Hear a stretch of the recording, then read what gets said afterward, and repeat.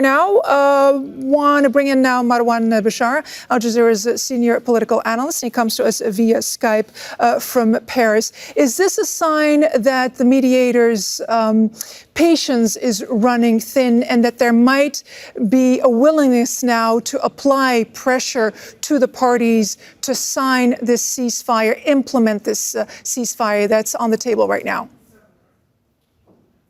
Well, it's certainly a good way to put it, that their patience is running out.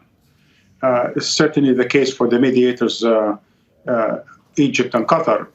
In as far as the United States is concerned, I think there are two goals here for speeding up the process.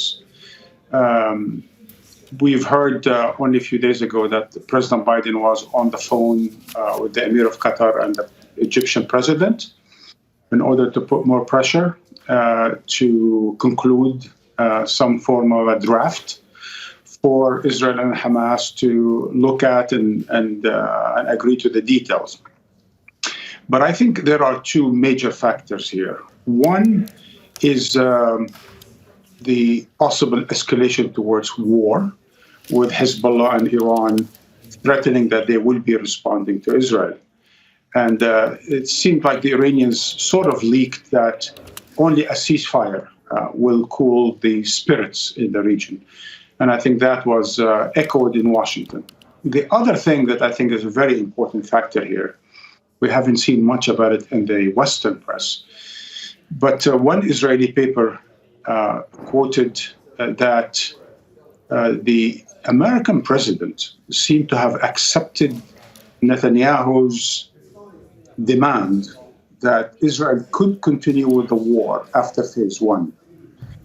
For the past 3-4 days, Netanyahu has been demanding that this agreement by Biden that Israel can continue with the war after phase one be put in writing. The Biden administration refused to do so, but they said they will give their verbal support for it. And once the first phase is getting implemented, that they might provide something in writing to the Israelis. I think these are the two main factors why we see more momentum towards an agreement. Right. And Marwan, I just wanted to see, what your view is on the following. Could we see potentially them implement a ceasefire without the kind of negotiated agreement that everybody is trying to get and is so difficult to hammer out, apparently, but just a ceasefire? Would that open the pathway with this statement that's just been released? No, I think the idea here is that they're going to go back to the table come August 15, and both Hamas and Israel would be looking at hammering the details. And apparently there's a lot of details that still remaining, include which prisoners, which hostages, how many hostages in the first phase, how many Palestinian prisoners will be released in return, and where would the Israelis be deployed, whether they would withdraw from much of the Gaza in the first phase and eventually leave the southern part of Gaza on the borders with Egypt. So there's all sorts of details that would still need to be hammered next week. I think what we've heard now is basically the three parties, the United States along with Egypt and Qatar, saying that we have a good framework agreement now for the 3-stage ceasefire agreement, and that there are still remaining details that the parties need to look at. I think this is more or less a call for action and certain call for urgency to act quicker than before.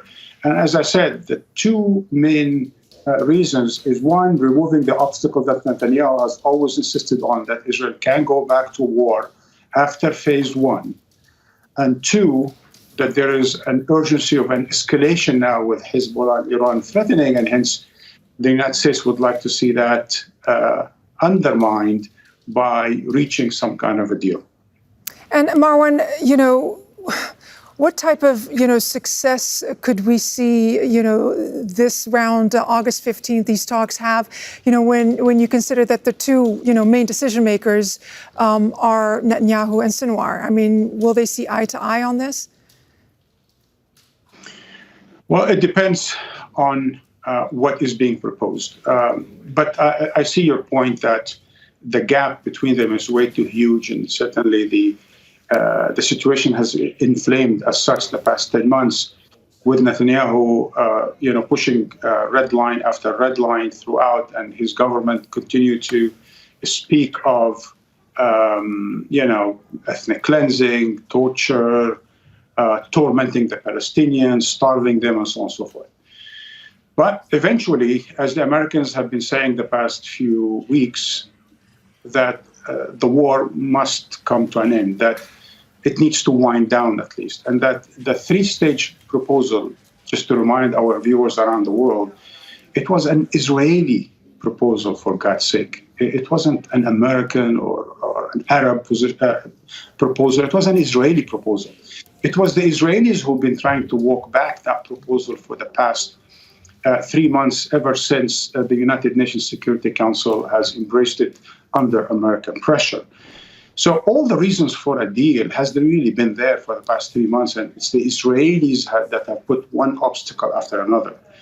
I think the main obstacle has been removed with this apparent secret agreement between the Biden administration and the Netanyahu government over the capacity of Israel to resume the war after phase one if it wants to, and the threat of war by Hezbollah and Iran, which I think the United States, certainly the Biden administration, Kamala Harris, and so on and so forth, don't want to see a wider war in the few remaining weeks to the elections on November 7th.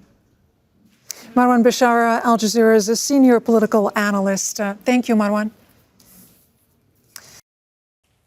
Make sure to subscribe to our channel to get the latest news from Al Jazeera.